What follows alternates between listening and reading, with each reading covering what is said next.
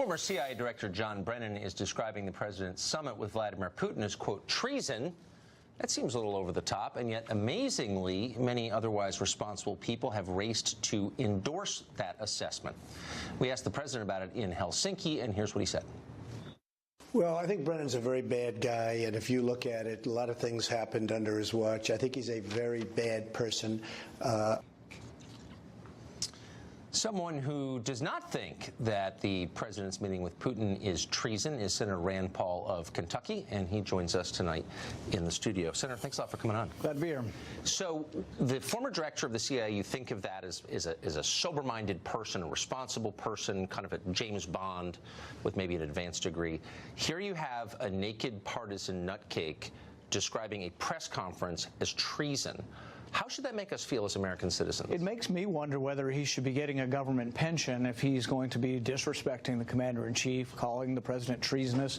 That's about as overtop as you can imagine. But treason is a death penalty offense. He's describing views he disagrees with. Well, yeah. Is disagreeing with someone's opinion the same as betraying the country? Well, you have to realize John Brennan started his illustrious career by voting for the Communist Party. You know, that's who he wanted to win the presidency back in the 70s, so he voted for the Communist Party.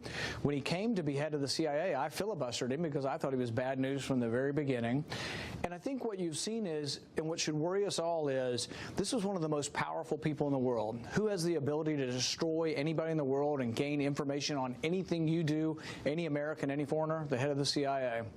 And yet, with all that power, he was coming to work each day with a bias and a hatred of the president. It should worry us all. You know, what other things could he possibly have been doing with that power? So I'm a big believer that we need more checks and balances on those in the intelligence community. James Comey, John Brennan, James Clapper. We need much more surveillance of the watchers. It's just such an irresponsible thing to say. Look, it's not a defense of the president or any figure to say accusing someone of treason is a very big deal.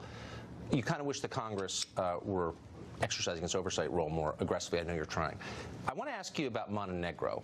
A consensus has formed in Washington today that America has a moral obligation to protect the territorial integrity of Montenegro. If Montenegro is attacked, Americans have, again, a moral obligation to die to protect Montenegro. Do you think that we do? No, and here's what people who have talked about NATO expansion have said. They have said, when you add Montenegro, does that add to our national security, or does it actually increase our strategic risk of war? And I think it's more the latter, that when you add a Montenegro or an Albania, or actually we have a resolution before us in Congress right now that I've been opposing that says that anybody in the world who wants to join NATO, anyone who is qualified, can. That means we could have 50, 60 countries. That means we could have Equatorial Guinea in there. And if Mali attacks Equatorial Guinea, somehow we're going to have a world war. Who would back something that lunatic? Well, we had a vote, and I tried to strip out the any aspirant could join NATO, and I lost 20-1.